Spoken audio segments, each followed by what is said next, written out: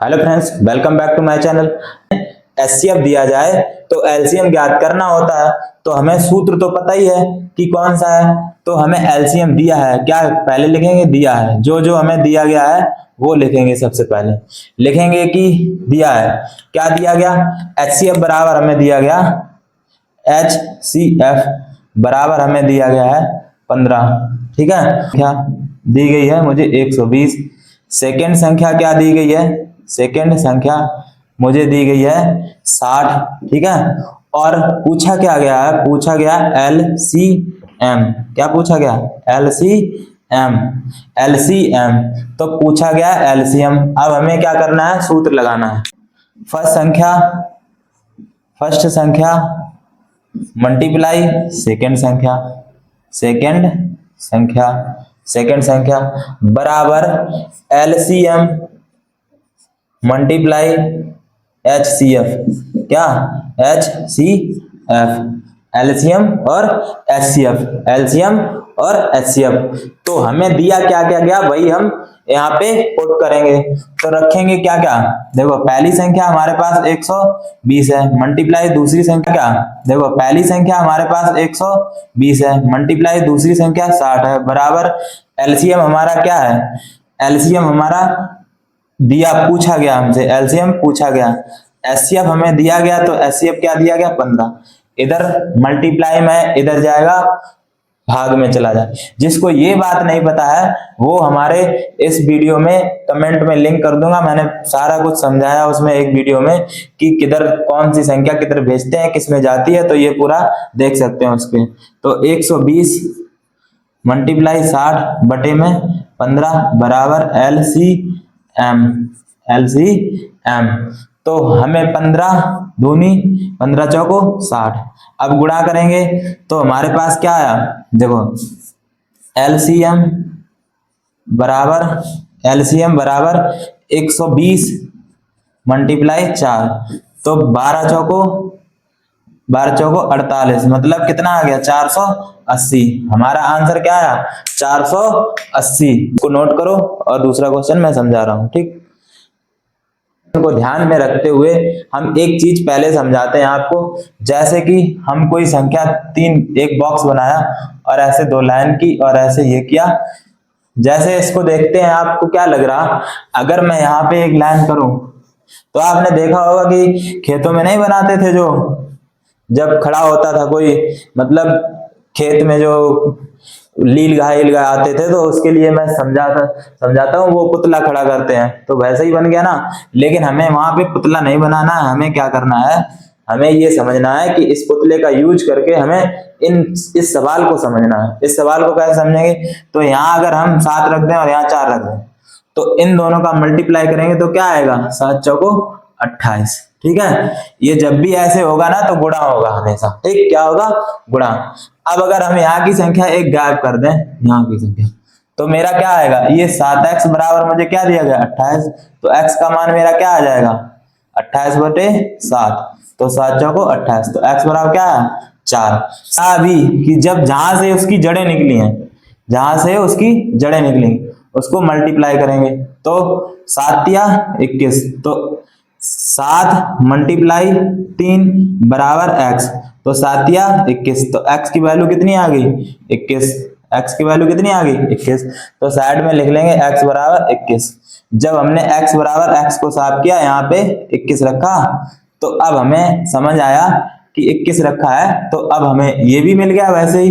तो 7 और 4, मतलब कि y बराबर मुझे क्या दिया गया? y बराबर दिया गया 21 मल्टीप्लाई 4, तो 4 एकम 4 और 4 दूनी 8, तो कितना आया? y बराबर आया 84। तो y बराबर क्या है? 84। तो यहाँ लिख देंगे y बराबर 84। 84। ये मैंने 2 सवाल को सॉल्व करा दिया, ये नोट कर लो। मैं 8वां क्वेश्चन कराता हूं। ठीक है, इसको बहुत ध्यान से समझना है। ये मोस्ट इंपॉर्टेंट क्वेश्चन है, मोस्ट इंपॉर्टेंट। मैं इस पे लिख दे रहा हूं मोस्ट इंपॉर्टेंट। क्या है? Most important. मोस्ट इंपॉर्टेंट क्यों है? क्योंकि ये ऐसे सवाल बोर्ड परीक्षा में जरूर आते हैं, ऐसे सवाल बोर्ड परीक्षा में जरूर आते हैं। तो इसको ध्यान से पढ़ेंगे और हम समझेंगे कि कैसे ये किया गया है। यही एप्लीकेशन हम अपने पेपर की परीक्षा में लगाएंगे, तो हम यही एप्लीकेशन हम परीक्षा में लगाएंगे तो हम बहुत अच्छे नंबर ला सकते हैं। वैसे आप 5 नंबर मिस कर जाएंगे अगर आपने इस सवाल को नहीं समझा। तो ध्यान से समझें और नोट करें अच्छे से। हल करता हूं मैं इस क्वेश्चन को। 18 और 117 को 18m माइनस 117 के रूप में दर्शाया गया है। m का मान ज्ञात कीजिए, साथ ही 18 और 117 का LCM ज्ञात कीजिए। अब चलते हैं बिना देर के हुए सवाल को सॉल्व करते हैं। लिखा है यहाँ पे हल, लिखा हल। अब हम समझते हैं कि सबसे पहले ऐसे सवाल को हम सीधा सीधा कहां से स्टार्ट करते हैं? HCF से। HCF बराबर लिखेंगे 18m माइनस 117, क्योंकि पहले HCF की बात की गई है तो पहले हम HCF ही समझेंगे। अब हम समझते हैं कि इन दोनों संख्याओं का HCF निकालते हैं। तो हम HCF जब निकालें तो डायरेक्ट भाग विधि से हम HCF निकाल सकते हैं, भाग विधि से HCF निकाल सकते हैं। तो भाग विधि मैंने समझाई हुई पहले, इसके पहले वीडियो में मैंने यही भाग विधि ही समझाई है कि कैसे सॉल्व होती है, तो इसलिए हम सीधा सीधा इस पे चलते हैं। तो 18 का को समझेंगे और 18 से इसको पढ़ेंगे तो 18 छिक्का 108 होते हैं, 108 और घटाएंगे तो 9 बच गए। ठीक है, घटाएंगे तो 9 बच गए। ये वाली संख्या यहाँ उतार लेते हैं तो हम 9 दूनी 18 दो बार चला गया हमारा, तो हमारा HCF क्या आया? 9। HCF क्या आया? HCF क्या आया? 9। तो HCF बराबर 9 आया, तो इसके बराबर में रख लेंगे 9। तो 9 बराबर 18m माइनस 117। ये वाले माइनस वाले इधर लाएंगे और प्लस वाले उधर रखेंगे, तो 9 प्लस 117 बराबर 18m। ठीक है, ये हमने जोड़ा 9 8 17, 8 9 7 16 की 6 और 2 और 1 26, और ये आ गया कितना? 18। तो यहाँ पे हम देंगे डिवाइड, ये गुणा में है भाग में आएगा, तो 26/18 और m, तो 18 सत्ते 126, m बराबर 7। तो m बराबर कितना आया? 7। m बराबर 7, m बराबर 7 आया। अब हम इसको आगे सॉल्व करते हैं। आगे क्या है? इसका HCF निकालेंगे। HCF क्या होगा? देखो LCM, HCF हमारा पता चल गया। अब LCM देखो क्या होगा? LCM हम कौन सा सूत्र से सॉल्व करेंगे? फर्स्ट संख्या, क्योंकि हमें पता है कि LCM क्या है। HCF हमारा 9 है, तो LCM ज्ञात करना बहुत आसान है, क्योंकि फर्स्ट संख्या मल्टीप्लाई सेकेंड संख्या बराबर LCM मल्टीप्लाई HCF। तो बराबर फर्स्ट संख्या कितना है? फर्स्ट संख्या है 18 मल्टीप्लाई 117 बराबर LCM पूछा गया, LCM पूछा गया मल्टीप्लाई LCM, HCF दिया गया 9। ये गुणा में इधर जाएंगे भाग में, 9 मल्टीप्लाई 117 बटे में 9 बराबर LCM। ठीक है, बराबर LCM। 9 दूनी 18, 2 से गुणा करेंगे, 2 से गुणा करेंगे, 2 सत्ते 14 की 4, 1 कैरी, 2 एकम 2, 1 3, 2 एकम 2, कितना आया? 234। तो LCM कितना आया? 234। LCM कितना आया? 234 दिया है। जांच कीजिए कि क्या किसी प्राकृत संख्या n के लिए संख्या n की 6 की पावर n अंक 0 पर समाप्त होगी। इस क्वेश्चन को भी मोस्ट इंपॉर्टेंट डाल लो, क्योंकि ये हर हाल में पूछा जाएगा। मोस्ट इंपॉर्टेंट है क्वेश्चन, मोस्ट इंपॉर्टेंट। ठीक है, मोस्ट इंपॉर्टेंट, इसको लिख लो।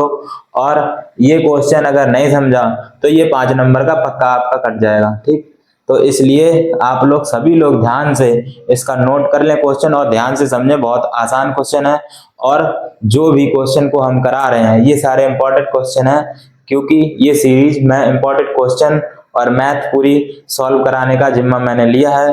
तो आप मेरे साथ बने रहेंगे तो हम आपका पूरा मदद करेंगे। और अब बिना देर के हुए क्वेश्चन को सॉल्व करते हैं। इसको नोट करो, इसको ध्यान से समझो क्वेश्चन क्या है। ठीक है, ध्यान से समझो। पहले नंबर क्या हल करेंगे?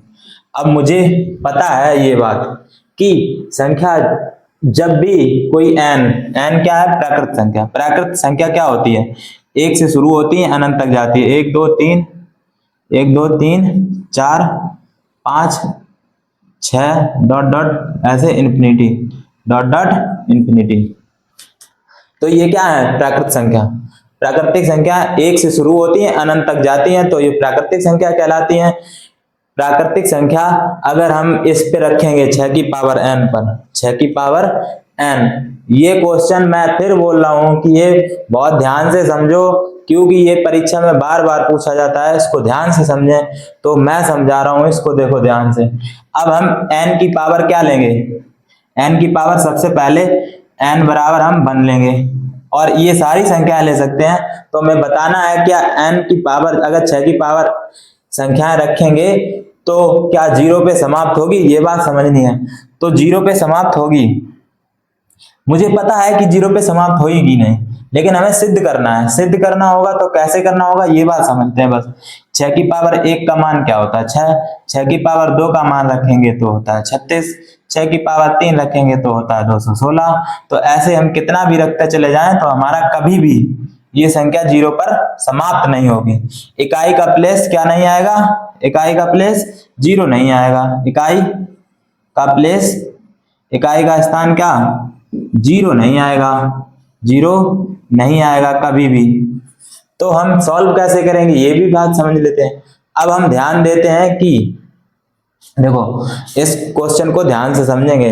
अब हम ध्यान देते हैं जो संख्या 0 पे समाप्त होती पहले उनको लिखें। जो संख्या 0 पर समाप्त होती है, 0 पर समाप्त होती हैं, समाप्त होती हैं, उनको हम लिख रहे हैं। ठीक, अब 0 पर समाप्त होती है वो कौन सी है संख्या, पहले नंबर तो 10 है, दूसरे नंबर पर 20 है, तीसरे नंबर पर 30 है, 40 है, 50 है, 60 है, ऐसे डॉट डॉट करके सारी संख्याएं होती हैं 0 पे समाप्त ये वाली। अब हम ध्यान से समझते हैं इस बात को कि इस बात को ध्यान से समझते हैं कि 0 पे जो समाप्त होती हैं उनके गुणनखंड करते हैं। अगर उनके गुणनखंड करेंगे तो हम देखो क्या करेंगे, 2 पंचे 10, 5 एकम 5, ठीक, 20 करेंगे, 2 धाम 20, 2 पंचे 10, 5 एकम 5, मतलब 30 का भी कर लें हम, 2 15, 15 दूनी 30, 3 पचे 15, 5 एकम 5। मैंने ये बात देखी सब में 2 और 5 कॉमन मिल रहा है, जो भी 0 संख्या है उनमें 2 और 5 जरूर होता है। तो अब हम 6 के गुणनखंड करेंगे, 6 के, तो 6 का 6 आएगा, यहाँ पे सॉरी 6 लिखा है, 6 का गुणनखंड क्या आएगा 6, तो 2 और 6 का गुणनखंड क्या आएगा 2 3, ठीक, 3 एकम 3। फिर 36 का भी करेंगे तो भी 6 छिंग 36, 2 से 2 18 दूनी 36, फिर 2 से काटेंगे 9, फिर 2 3 त्रिका 9, 3 एकम 3, ठीक, ये आएगा।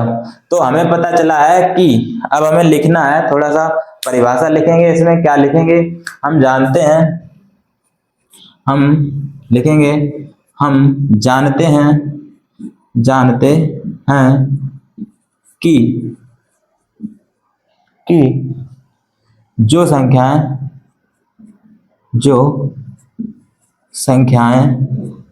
0 पर समाप्त होती हैं, 0 पर समाप्त होती हैं,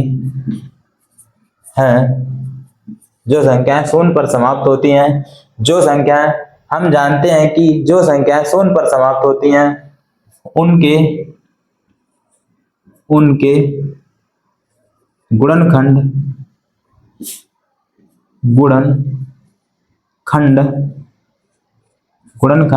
उनके गुणनखंड में 2 और 5 कॉमन समान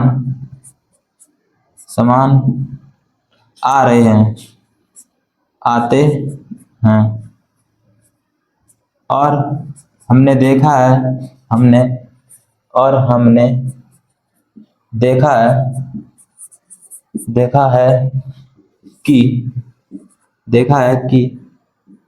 कि 6 की पावर n में n के 6 की पावर n के गुणनखंड में 2, 5 नहीं है, समान नहीं है, अतः यह सिद्ध होता है, लिख देंगे, अतः यह सिद्ध होता है, सिद्ध होता है कि 6 की पावर n कभी भी शून्य पर समाप्त नहीं होगी,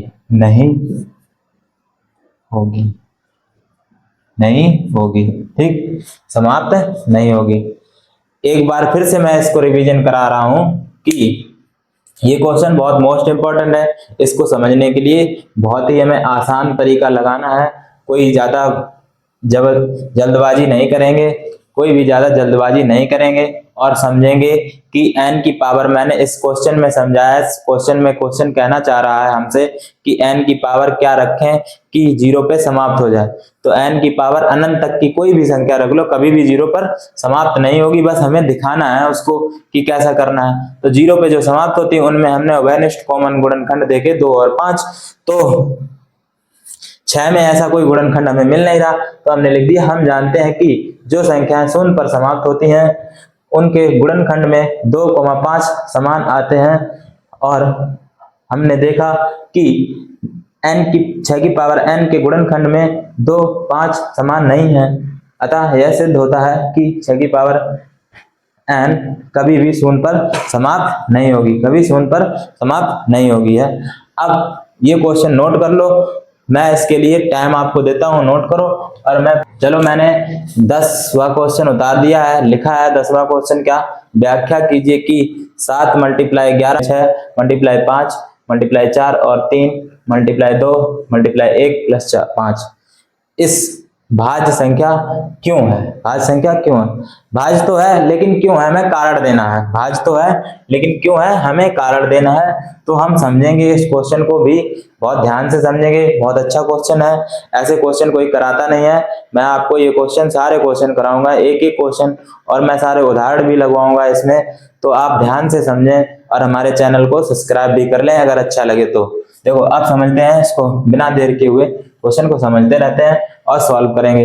देखो सबसे पहले हम भाज्य और अभाज्य के बारे में जाने।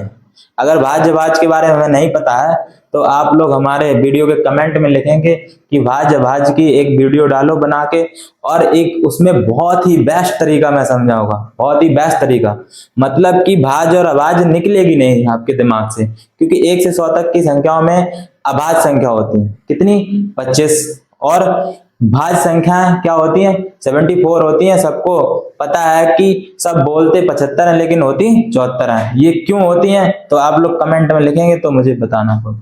देखो क्यों होती हैं, आप कारण बताएंगे, ठीक, कमेंट में लिखेंगे क्यों 74 होती हैं, 75 सब लोग क्यों बोलते हैं। तो ये बात ध्यान रखना, मैंने ये आपको होमवर्क में काम दिया है। अब समझते हैं क्वेश्चन को समझते हैं। सबसे पहले हम करते हैं जो हम इसमें कर सकते हैं। आप सबसे पहले क्या कर सकते हैं कि इन में से या तो 13 कॉमन ले लो। मैंने लिखा 17, 11 × 13 + 13। पहली संख्या लिखेंगे, 2 संख्या इसमें दी गई हैं, पहली संख्या दी गई, दूसरी संख्या। सबसे पहले पहली संख्या सॉल्व करेंगे, फिर दूसरी संख्या सॉल्व करेंगे। 2 टाइप का क्वेश्चन है ये। अब समझते हैं इसको। तो हम यहाँ से सबसे पहले इसका मल्टीप्लाई करेंगे, 77 हो गया, मल्टीप्लाई 13 करेंगे प्लस 13 करेंगे। 13 7 91 की 1 9 कैरी, 13 7 91 और 9 100, 100 मतलब 100 और प्लस 13, तो ये कितनी हो गई, 114। कितनी हो गई, 114, मतलब कि 1014। मेरे पास संख्या क्या आई, 1014। 1014 क्या संख्या आई, 1014। अब इसको समझते हैं क्या करेंगे। देखो तो सबसे पहले 7 × 6 × 5 × 4 × 3 × 2 × 1 + 5।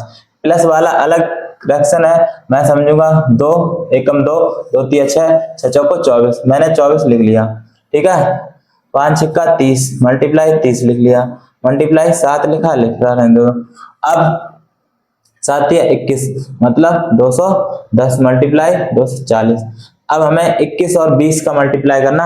अब दो संख्या मिल गई मेरे को, जीरो पता है, जीरो पता है तो सबसे पहले जीरो लास्ट में रखेंगे। अब मेरे पास दो संख्या मिल गई तो दो संख्याओं का गुणा मैंने ऐसे बताया है, ठीक करने के लिए। ये भी मैंने ट्रिक वीडियो में दी है, आप मेरी वीडियो देखेंगे तो उसमें ये ट्रिक पता चलेगी आपको बहुत अच्छे से। 0 1 4 4 एकम 4, इन दोनों का गुणा करेंगे, इन दोनों का गुणा करेंगे, 0 4 लिख लिया इधर इधर, 4 एकम 4 और 2 दूनी 4, इन दोनों का गुणा करेंगे तो 8 आएगा, इन दोनों का गुणा करेंगे तो 2 आएगा, इन दोनों को जोड़ के यहाँ लिखेंगे 10। ये वाली संख्या ऐसे ही लिखेंगे, ये 0 ऐसे ही लिखेंगे, ये 0 5, मतलब कितना आया 505। तो 504 और 0 लिखा तो +5, ये वाला +5 आ रहा है, इसको भी लिखते चलो और जोड़ दिया तो हमने आया कितना मेरा 5045। दो संख्या मुझे मिल गई। अब बस हमें समझना है कि इनके क्या करने हैं, गुणनखंड करने। क्या करने, गुणनखंड करने। तो 1014 रखेंगे और रखेंगे 545 मतलब 5045 रखेंगे और सॉल्व करना स्टार्ट करेंगे। यदि हमें भाज्य संख्या तो ही होगी क्योंकि इस संख्या के कम से कम 3 गुणनखंड होने चाहिए, तो 3 गुणनखंड हमें मिल गए तो ये संख्या भाज्य हो जाएगी। मैं कारण लिख दूंगा। अब समझो कि 2 से सबसे पहले कट रही है तो 2 पंचे 10। अब जब कोई दूसरा टेबल अगर काट रहा है तो जरूर ही भाज्य होगी, बस लिखना है हमें। तो 10 और फिर 0 लगाएंगे तो 7 चला जाएगा, ठीक। ये 3 से कट जाएगा, 3 एकम 3, 1 बचा 3 त्रिका 9, ठीक है। नहीं 3 एकम 3, 2 बचा 3 छंग 18, तो 2 बचा 3 नेम 27, फिर 13 से कट जाएगा 13 और फिर 13 से कट जाएगा 13 एकम 13, फिर 1 से भी कटेगा 1 एकम 1। तो सबसे पहले तो 1 से ही कटता है, 1 से कटता है, फिर 2 से कटता है, फिर 3 से कटता है, लास्ट में 1 से काटते हैं। अब देखो 5 से, इसको 2 से तो कटेगा नहीं, 5 3 से चेक करते हैं। तो 3 से चेक करने का रूल भी मैं बताऊंगा। 5 4 9, 9 5 14, 3 से नहीं कटेंगे तो हम 5 से डायरेक्ट काटते हैं। 5 एकम 5, 0 0 5 ने 45, 1009। देखो काटने के लिए हम बहुत देर तक लगे रहेंगे तो इसमें हम सीधा सीधा पहले क्या करते हैं, 0 9 से काट देते हैं डायरेक्ट, फिर 1 से काट देते हैं क्योंकि काटना नहीं है हमें तो सिर्फ बताना है कारण। तो कारण लिखेंगे, हम कहेंगे समझेंगे लिखेंगे, हम क्या लिखेंगे, कारण। इसका कारण क्यों, कारण लिखेंगे, कारण जब लिखेंगे तो हम समझेंगे कि हम जानते हैं, हम जानते हैं कि भाज्य संख्या के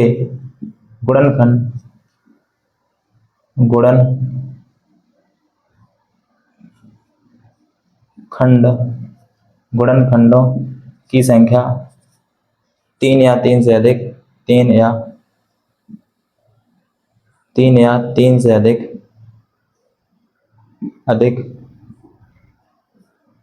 होती है।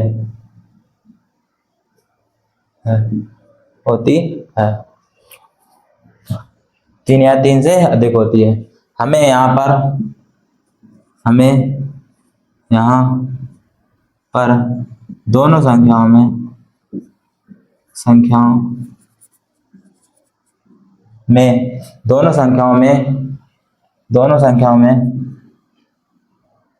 गुणनखंडों की संख्या